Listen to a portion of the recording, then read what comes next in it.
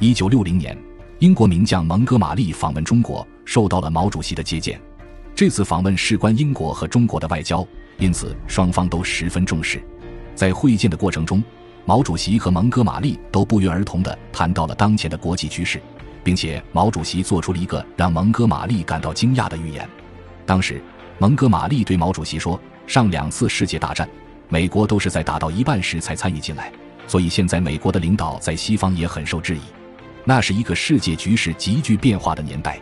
二战之后，英国等一众老牌的资本主义国家国际地位有所下降，而美国却趁着二战之后的东风迅速崛起，渐渐有了和苏联分庭抗礼的趋势。这让身为英国将领的蒙哥马利不得不为之担忧。毛主席也有着同样的担忧，他对蒙哥马利说，我们希望你们强大一些，希望法国强大一些，希望你们的发言权大一些，那样事情就好办了，使美国、西德、日本有所约束。威胁你们和法国的是美国和西德，还有在远东的日本。威胁我们的也是这3个国家。我们不感到英国对我们是威胁，苏联也不感到英国是个威胁，我们也不认为法国对我们是个威胁，对我们的威胁来自美国和日本。这句话让蒙哥马利有些不解，英法即便有衰落的迹象，可在当时人们依然认为英法会重新从战后的创伤之中恢复过来。尤其是英国有着如此雄厚的资本，日不落帝国的余威仍在，而美国只不过是一个新兴的资本主义国家。虽然在2次世界大战中美国都捞到了不少好处，但是这个国家距离成为世界的核心似乎还很遥远。而日本就更不用说了，二战之后日本的发展受到了种种制约，甚至连拥有自己的军队都不可能。这样一个苟延残喘的二战战败国，又怎么可能威胁到中国呢？但毛主席非常严肃地和蒙哥马利分析了一番，他说，英国在德国只有4个师，而美国在国外有150万人的军队，日本还有南越、泰国和巴基斯坦都有他们的空军基地。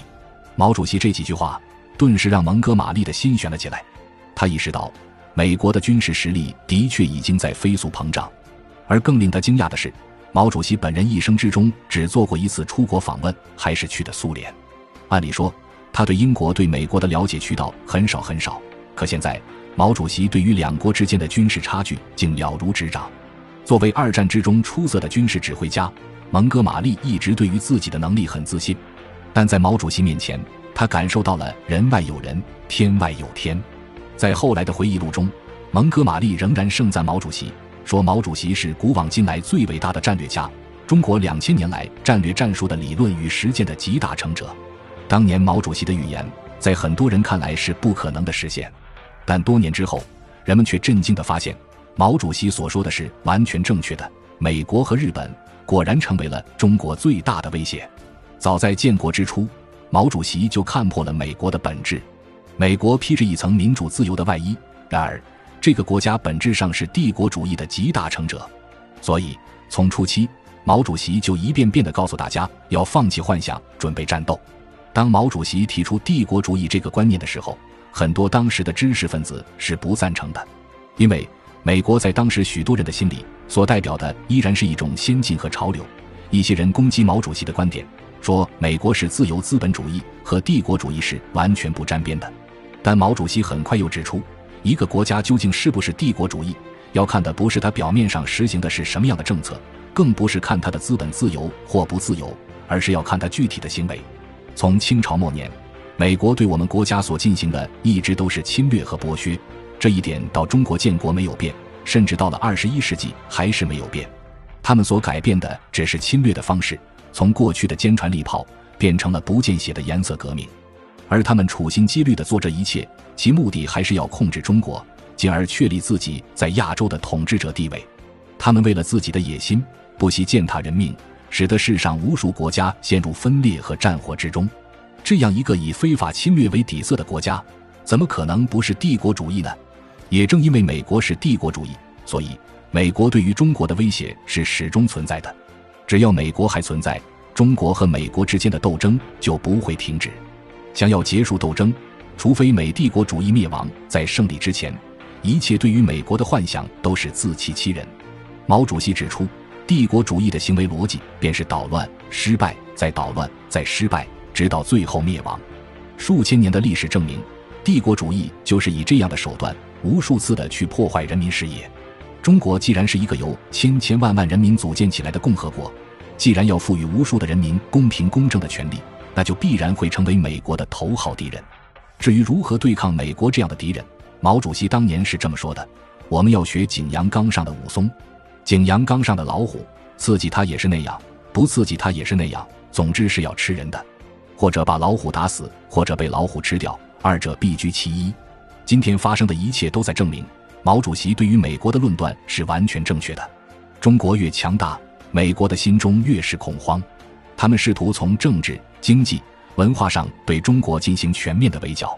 国际上，美国不断地宣扬中国威胁论，试图要将中国彻底地孤立在世界之外。唯一产生变化的是，当年的美国是蔑视中国的，认为自己只要小小的用些手段就能够将中国击垮。但是中国的发展速度已经超过了美国的想象，所以如今美国对于中国所采用的手段也越来越极端。他们开始反对中国的一切政策，甚至将两国之间的小问题上升到国家安全的高度。他们还想要直接插手干涉中国的内政。美国总统拜登在几次演讲中都刻意提到了台海问题，并表示美国将会在台海地区做出军事部署，以应对随时可能爆发的战争。这是一个非常危险的信号。自拜登上台以来，中美双方的矛盾逐渐加剧。中国的崛起让美国感觉自己的霸权受到了威胁，他们不愿从世界第一的宝座上跌落，所以便将一切肮脏的手段都指向了中国。现在他们更是完全不排除战争发生的可能，想要通过军事对中国造成一定威胁。在经济上，美国更是不择手段。由于此前全球化经济的发展，所以中美两个大国之间经济上盘根错节，无法进行简单粗暴的切割。但美国仍要逆历史潮流，隔绝中国的市场，特别是在美国更占据优势的高新技术产业，他们更是对中国实行严格的封锁，还拉拢了日本、澳大利亚等国一起组建联盟，要在科学技术上对中国进行全方位的立体防御。美国这样做的目的是希望自己能够抢先完成科技革命，这样就能继续压中国一头。但是他们这样疯狂的行为最终造成的结果是全世界的经济因此动荡不安。特别是对于一些小国来说，美国这样收拢经济、排斥中国，很有可能使得小国单一的产业链崩溃。这种损人不利己的行为最终也只会搬起石头砸了自己的脚。美国的行为在一些爱好和平的人们看起来是无法理解的。经历过2次世界大战的创伤，人们更希望中美两个大国能够携起手来，共同承担对于世界的责任。但美国想的显然是唯我独尊。多年来，美国通过收割全世界的利益，造就了自己至高无上的地位，现在又怎么可能容忍中国的崛起？由于美国帝国主义的作风不改，所以中美两国的争端是个必然。而毛主席所预言的另一个会对中国造成威胁的国家是日本。他做出这个预言的时候，中日两国之间的关系其实正处在缓和期。毕竟两国之间一衣带水，如果关系一直搞得太僵，对将来的经济发展非常的不利。何况二战结束之后，法西斯明面上在日本已经消亡，所以给日本一个机会也未尝不可。但毛主席心里其实很清楚，法西斯灭亡了，可日本国内军国主义的火苗从未熄灭过。法西斯在日本兴盛绝不是偶然。日本这个国家千年的历史以及特殊的地理环境，导致这个国家一直存在扩张的野心，军国主义思想早就已经深深根植在每一个日本国民的心中。而他们如果要扩张、要侵略，亚洲最大的目标就是中国。而且毛主席已经注意到，日本和美国越走越近，美国对于日本的控制只会进一步加快军国主义思想的复苏。虽然在美国的援助之下，日本的经济在战后得到了迅速的恢复，然而日本经济的黄金时代也不过是由泡沫支撑，一旦崩溃，社会将会加速恶化，军国主义重新找到扎根的温床。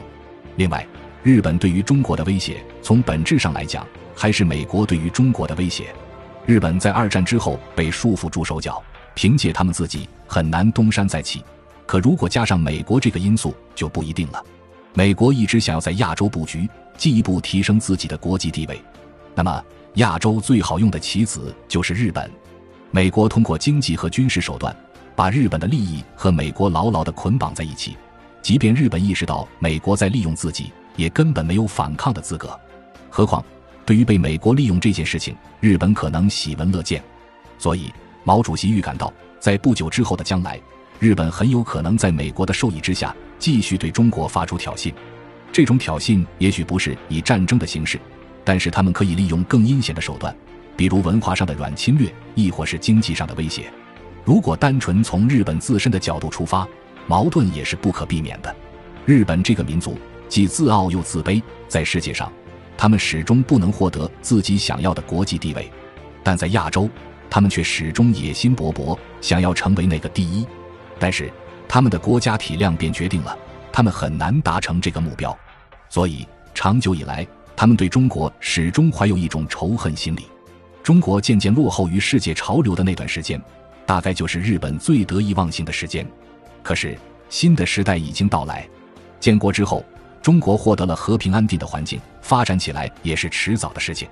而且中国资源丰富，人口众多，相比于日本，中国更容易实现完整的工业产业链。那个时候，日本以及韩国等国家的工业市场便很可能直接被中国市场所取代，日本又怎么可能忍受得了这个落差呢？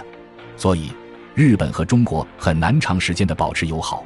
在美国的操控之下，日本俨然已经成为了封锁中国的第一条锁链，日本又心安理得地接受了这个工具的身份。所以在未来几十年的时间里，美国和日本一定会联起手来对中国进行围剿。虽然在60年代美国和日本都不约而同地对中国释放了友好信号，但毛主席也很清楚，他们这样做只是因为苏联已经变得越来越强大，所以他们需要寻找盟友。